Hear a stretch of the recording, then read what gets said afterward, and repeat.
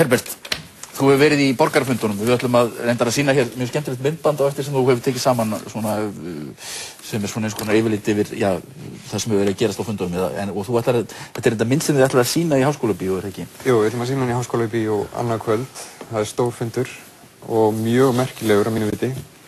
Þarna verða nefnilega sko 2 erlendir fræðingar sem merkilegt fyrir þær sakir að þeir svona hafa enga hagsmuni á Íslandi. Þannig að við fáum þetta kannski frá alveg nýju sjónarhorni. Ég er búinn að lesa ræðuna hans Róberts og hún er mjög, allir þurfa að heyra hana. Robert Veit reyndar sko maður sem varaði við þessu Já, einmitt. Og átti svo í blaðadeilum við Portes og Baldursson einmitt. Og þeir sem voru svona einhvers konar verjendur kerfisins á sínum tíma. En þú ætlar að halda ræðu þetta líka. Og ég veit að þú ætlar að tala að sáttmáli í samfélaginu hafi verið rofin. Já, ég kem svolítið inn á samfélagssáttmálan bara, ástæða þess að fólk gekk í samfélög var til að verja hvort annað og eignir hvors annars og það, mér finnst, ég veit ekki hversu mikið ég á að fara inn á þessa ræðu mína, mér langaði eiginlega meira að tala um fundin sem slíkan en mér langaði að koma að framfæra að viðskiptaráð verður þarna, að panel og þau munu sitja fyrir svörum. Viðskiptaráð? Nei, Viðskiptaráð Íslands. Í alvörunni? Viðskiptaráð Íslands, já. Þeir eru alltaf að senda sína fulltrúa, koma og svara fyrir sig. Já. Og svo verða formenn flokkana líka og þessir erlendu fræðingar, það er Raffaella Tenconi sem er haffræðingur hjá Straumi í London og Robert Veit og Sigurbjörg Sigurgeirsdóttir sem hefur komið hingað í þáttinn tíðin.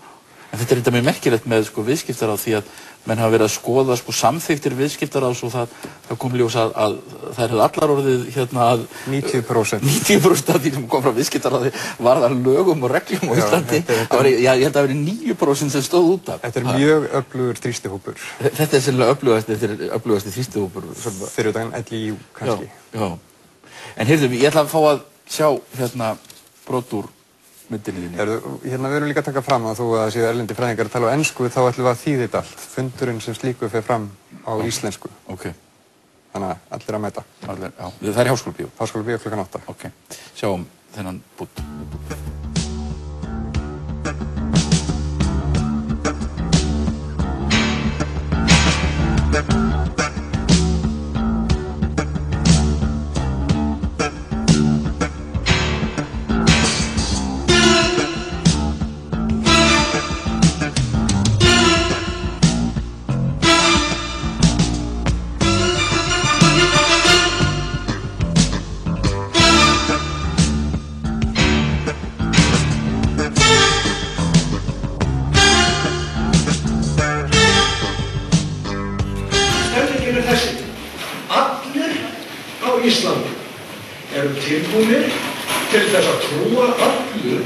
Upp á alla.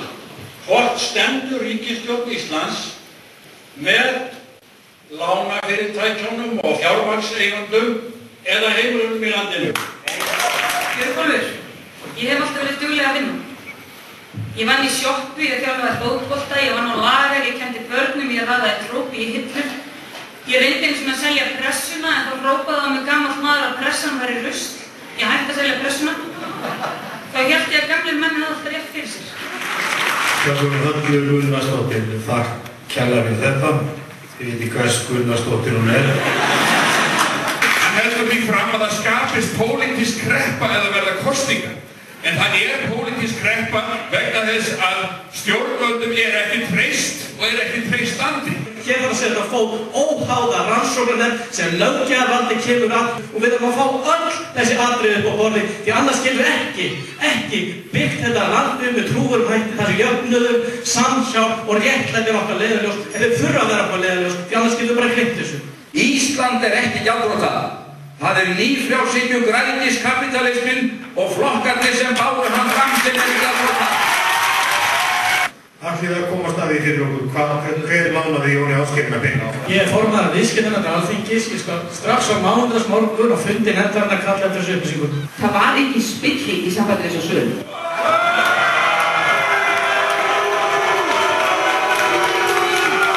Og ég seldi bankann. Og ég kannast mjög vel Ríkisendurskoðun og umboðsmaður Alþingis hafa stimplað þessa sölu og sagt hún fór faglega fram. Svo ætla ég að segja bara lokum að ég bara hlakka til að sjá hvað næst.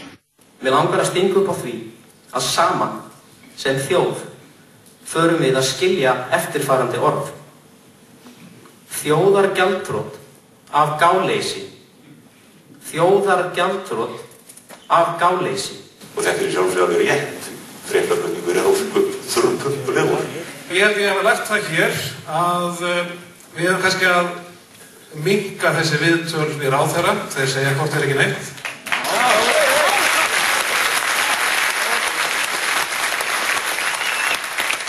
Fækka drottningaviðtölunum. Við getum rifist við eigandi okkar, hann segir okkur ekki hvað við skrifum eða hvað við skrifum ekki.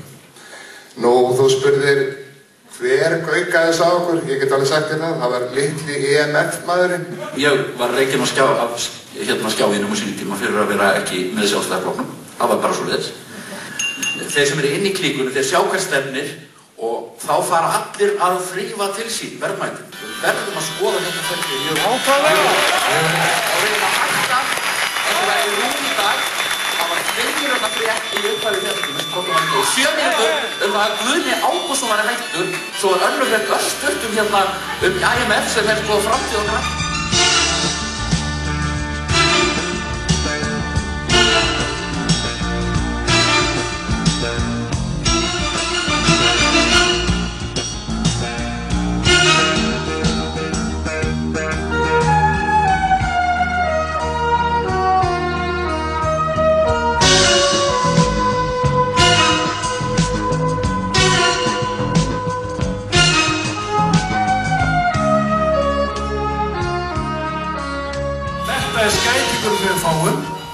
En fólki með þennan skæting alltaf kosið aftur. Næsta mánudag, klukkan 8, ætlum við að hafa borgarafund í Háskólabíó. Og ég krefst þess sem kjósandi hér á Íslandi og alltaf sérstaklega að merkja sæti á sviðinu þar